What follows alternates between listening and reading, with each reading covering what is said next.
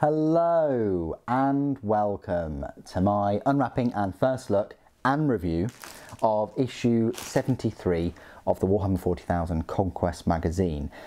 With issues that include just paints or brushes, I typically do the unwrapping, first look and review all in one because there are no models to build and then for me to review and look at and to do size comparisons and explain the rules and things. So there's just no point in me doing another video covering paints.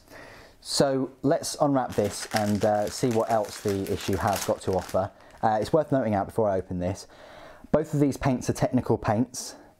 They are awesome. They're two of my favourite paints, along with Lead Belcher and Necron Compound and things like that. I use them a lot now, more than I ever thought I would use them. Nylon oxide is great for rust, and Nurgle's rot is great for pus and slimy tentacles and things like that.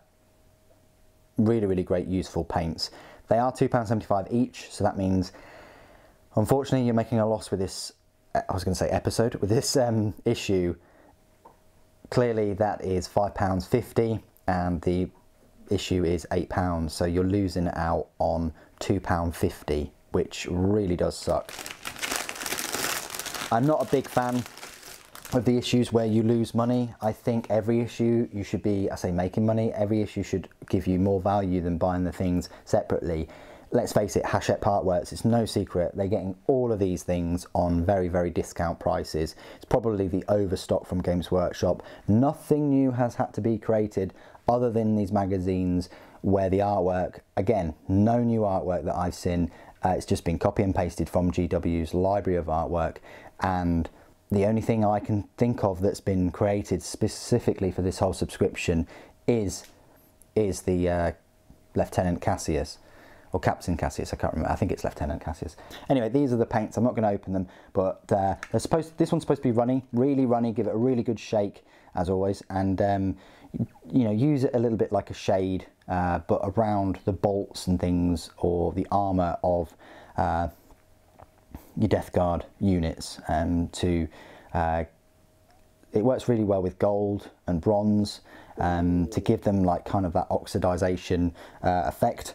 And then Nurgle's Rot, again, is very good for pus and slime, and it gives a little bit of a sheen, like a varnish almost, to your Death Guard models and tentacles. So they're the paints, excellent paints. But yeah, I'd avoid this issue, of course. You know, why would you spend £8 on two paints that you can get for £5.50? You just wouldn't. But if you can pick up the paints and you can pick them up cheaper than the £5.50, go ahead. I can't recommend them enough.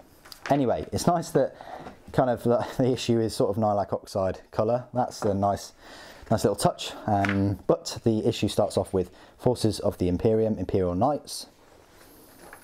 Big showcase of Imperial Knights. I'm getting a bit sick and tired now of every issue having a showcase of a completely different faction that isn't included in the subscription. It's a bit of a, yeah, it's annoying.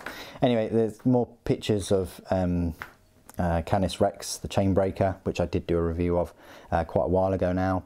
Then you've got Space Marines Codex Heraldry, Space Marine Infiltrators, Space Marine Incursors, which are the new kind of Space Marines in Phobos armour that aren't included in the subscription either, but they came out earlier last year. Different Brothers, and then How to Paint Death Guard Details.